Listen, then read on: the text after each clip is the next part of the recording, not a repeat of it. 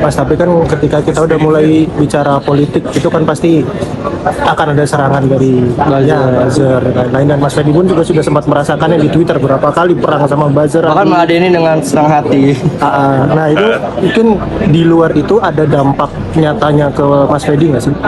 Alhamdulillah kalau di luar gini ya, di tempat umum gini nggak ada dampak negatif, alhamdulillah.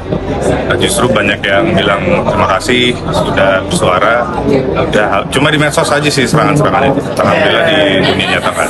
Seruan mereka mau ngeboikot film-film Mas Fedi kerasa nggak kira-kira? Kenapa? Seruan mereka mau ngeboikot film-film Mas Fedi kerasa nggak sampai kemarin rilis film terbaru itu? Alhamdulillah nggak kerasa karena yang di live itu ada alhamdulillah hampir 4 juta. Jadi menurutku kalau bagus ya bagus saja, orang terima, orang menonton. Dan apalagi itu kan saya political statement ya. Saya bukan kriminal, saya bukan koruptor. Jadi saya yakin kalau karyanya bagus, insya Allah ada yang nonton, dan alhamdulillah emang banyak, jadi nggak ngaruh sih. Tapi sebenarnya Mas Fedi suka bacain header komen satu-satu nggak sih, atau lebih kayak bodo amat terserah? Tergantung mood. Kadang gini, soalnya ada yang saya baca untuk tahu apakah mereka punya counter argumen yang bagus lah, menurut saya setidaknya gitu, yang bener juga apa kata dia ya gitu. Nah kalau memang ada itu saya mau berbalas pantun lah, karena mungkin saya dapat ilmu juga dari dia gitu. Tapi kalau yang cuma ngeledek-ledek doang ya lewatin aja. Nah, gak ada manfaatnya diladenin karena dia emang cuma pengen ngeledek gitu, tidak ingin berdialog. Itu tuh emang lagi waktu lengang Mas Fedi atau sengaja meluangkan waktu buat ngecek-ngecek Twitter? Luang lah, sengaja meluangkan waktu, kayaknya niat banget. Mas, tapi kalau dari produser ada permintaan nggak sih ketika misalkan mau tayang dia, lu jangan Tune down dulu lah. tone down dulu gitu. Nggak ada sih. Dan mereka udah tahu jawaban saya kalau ada yang suruh tone down. Saya bilang, Bapak bagian dari penguasa ya. Tempat saya. Tapi alhamdulillah nggak, karena ya itu buat saya kan, kalau ngeliat teman-teman selebritas atau aktor yang pernah terjerat kasus hukum, mungkin sampai di penjara, entah narkoba, entah apa, ya keluar penjara kan mereka bisa kembali berkarir ya. Dan kalau buat saya yang hanya menyuarakan pendapat saya tapi malah dijauhi produser misalnya, menurut saya aneh gitu. Dan semenjak saya bersuara dan bekerja dan syuting dengan para produser, alhamdulillah nggak ada masalah. Mas yang diserang kan bagian dari penguasa nih. Mungkin teror-teror itu ada nggak sih di DM atau apa yang Atau mungkin dihubungi langsung sama politisi gitu, karena kan tiba-tiba Mas Fedi juga sering beradu argumen dengan beberapa politisi dari partai-partai DM pendukung ada, rezim. cuma DM cuma maki-maki doang. ancaman gitu, ancaman bentuk ancaman. Ancaman ada, tapi biasanya langsung saya posting balik gitu.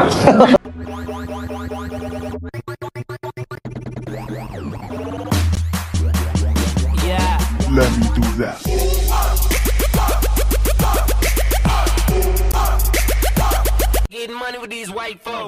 Halo Besti Gosip, kembali lagi di Aisyah Channel 92, tempat nongkrong paling asik buat kamu yang gak mau ketinggalan kabar panas, tapi tetap dikemas santun dan seru. Dari yang bikin ngakak sampai yang bikin geleng-geleng kepala, semua kita bahas tuntas di sini. Jadi, siapin teh hangat dan cemilanmu, karena gosip hari ini beneran gak main-main. Keberanian Fedi Nuril dalam menyuarakan kritik keras ke pemerintahan Presiden Prabowo Subianto tentu ada harganya. Serangan buzzer ke akun media sosial Fedi Nuril jadi salah satu konsekuensi yang tak terelakkan dan harus dihadapi sang aktor setiap hari. DM ada, ya cuma buat maki-maki doang, ungkap Fedi Nuril di Epicentrum 21, Jakarta baru-baru ini. Bahkan, teror berupa ancaman lewat media sosial juga pernah didapat Fedi Nuril buntut perlawanan mereka terhadap kebijakan pemerintah yang dianggap kontroversial. Ancaman juga ada, bebernya. Bukan ke Fedi Nuril saja, istri dan keluarganya pun pernah mendapat perlakuan serupa dari akun-akun buzzer pendukung pemerintah. Ke istri saya juga ada, cuma nggak sebanyak ke saya sih, kata Fedi Nuril seraya tertawa. Untungnya, Fedi Nuril punya cara jitu untuk menangkal serangan-serangan siber imbas kritiknya ke pemerintah. Biasanya langsung saya posting balik gitu. Saya sare aja. Ini yang ancam-ancam, kata Fedi Nuril. Fedi Nuril juga tidak terlalu risau karena ancaman dan teror yang datang cuma terjadi di dunia maya saja. Belum pernah ada serangan nyata dari mereka yang mendukung pemerintah. Fedi Nuril juga tidak terlalu risau karena ancaman dan teror yang datang cuma terjadi di dunia maya saja. Belum pernah ada serangan nyata dari mereka yang mendukung pemerintah. Cuma di medsos aja sih serangan-serangan itu. Di dunia nyata nggak ada, tutur Fedi Nuril. Malahan, banyak orang yang berterima kasih di dunia nyata karena Fedi Nuril mau mewakili mereka untuk menyuarakan keresahan terhadap kebijakan pemerintah. Kalau di luar gini ya, di tempat umum gini, nggak ada dampak negatif, alhamdulillah. Malah banyak yang bilang terima kasih karena sudah bersuara. Kisah Fedi Nuril. Berbekal dukungan publik, Fedi Nuril tidak akan berhenti menyuarakan kritik saat dirinya punya data tentang kebijakan pemerintah yang dirasa kontroversial. Selama yang saya omongin itu benar, saya paham betul dan bukan hoaks atau fitnah. Itu yang bikin tenang. Itu akan banyak yang sependapat atau sepaham. Bahkan mungkin sulit buat di-counter karena benar, ucap Fedi Nuril.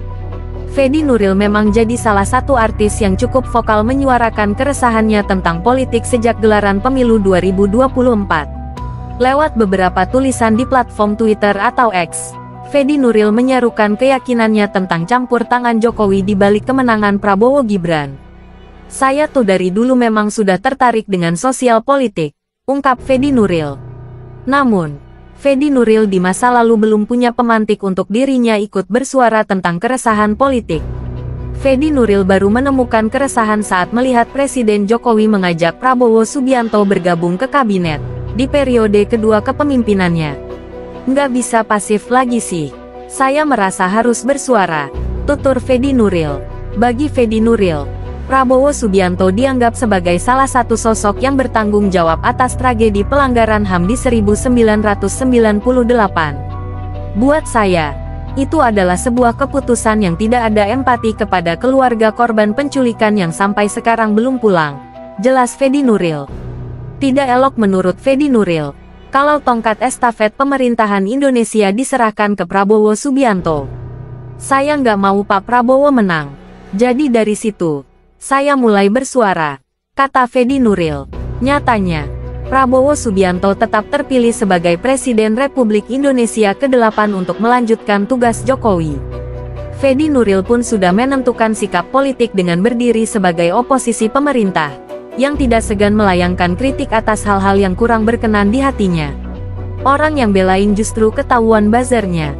Masa kayak gini masih dibelain? Karena udah jelas salah, tandas Fedi Nuril. Nah, itu dia kabar terbaru dari dunia hiburan yang lagi bikin heboh. Gimana pendapat kalian? Tulis di kolom komentar ya. Jangan lupa like, share, dan pastinya subscribe biar nggak ketinggalan gosip terupdate dari Aisyah Channel 92. Terima kasih udah nonton. Sampai jumpa di video selanjutnya dengan berita yang lebih menarik.